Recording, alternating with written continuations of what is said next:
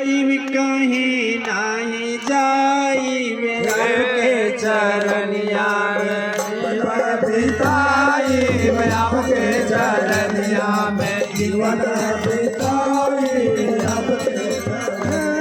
कहीं नहीं जाई कहीं नहीं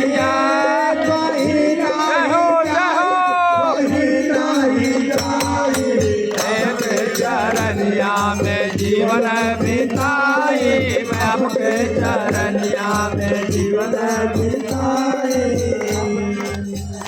दिव्य आत्माएं पूजा होती है ना, पत्थर के कोई महत्व नहीं है, वो तो मूर्तिकार का महत्व है कि उसको पत्थर को काट काट करके मेहनत करके उसे मूर्ति का रूप देता है, जिसकी आरती होती है, बंधन होता है, चरण पखारा जाता है, फूल समर्पण किया जाता है। उसी तरह से शरीर का महत्व नहीं है। दिव्य आत्माएं जब सदगुरु के पास पहुंचते हैं, सदगुरु के वाणी का जब मनन करते हैं, उसके बताए नियम पर जब चलते हैं, तो वह शरीर पूजनीय बनता है, धर्मवान बनता है, महान बनता है, विद्वान बनता है, ज्ञानवान बनता है। जो कुछ भी होता है तो सदगुरु के पास पहुंचने के बाद ही होता है, और जब तक सदगुरु के पास न पहुंचे दर दर ठोकर खाओगे, खाता है, खाओगे नहीं खाता है। आपके घर में आपका घर है, आप घर देखे हैं, सारी चीज देखे हैं, कहाँ रोटी है, कहाँ सब्जी है, कहाँ दाल है, कहाँ आटा है, कहाँ चावल है, कहाँ बेड है, कहाँ चौकी है, कहाँ फ्रिज है, आप सब देखे हैं। लेकिन अभी रात में एकाएकी लाइट चल जाए और आपको जा करके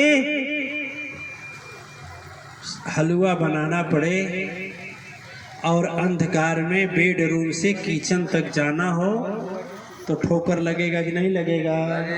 लगेगा कि नहीं लगेगा? एक जो चिंगारी आ गई, केवल माचिस की एक चिंगारी, तो सारे अंधकार को जला करके समाप्त कर देगी और आप वहां पहुंच जाएंगे। उसी तरह से सदगुरु का मंत्र होता है। जब एक मंत्र का हम वो प्रयोग करना शुरू करते हैं तो वह जीवन में हमारे लिए क्या हो जाता है? ठोकर खाने से बचाने वाला प्रकाश बन जाता, पूजनी वही बनाता है। दिव्य आत्माएं, हम आपसे पूछ रहा हूं, जब तक भगवान राम नहीं मिले थे, तब तक भगवान राम जब तक नहीं मिले थे, तब तक हनुमान जी किसके पास रहते थे? सुग्रीव के ही पास ना। कहाँ बल गया था, काहे ने उनका दुख हरण कर दिए। लेकिन जो भगवान से मिले, मिलहि सत्य तब कृपा निधाना, जैसे मिल गए वैसे इनके बल की क्या हो गई? महत्ता बढ़ना शुरू हो गया। उसी तरह से जब हम सदगुरु के पास पहुंच जाते हैं तो हमारा भी हिम्मत कई गुना हो जाता है। आपका हिम्मत होता है कई गुना? गुरु जी है ये है तो जब गुरु जी हमारे हैं, ठीक है। दिव्य आत्माएं वही हाल है। हनुमान जी पड़े हुए हैं, हनुमान जी प्रेरणा के स्रोत होते हुए भी अतुलित बलशाली हैं, गुणधानम हैं, बहुत विद्वान हैं, बहुत विद्वान है। कहा भी जाता है ये सारी विद्या फेल, सारी बुद्धि फेल, सारा ज्ञान फेल, सारा बल फेल। यहाँ तक कि रामादल के सारे लोग बोले कि मैं तक, कोई कहा 10 योजन जाऊंगा, कोई कहे 20 योजन जाऊंगा, कोई कहे 40 योजन जाऊंगा। आए जो पूरा समुद्र लांघने वाले हैं वो चुपचाप बैठे हैं किनारे।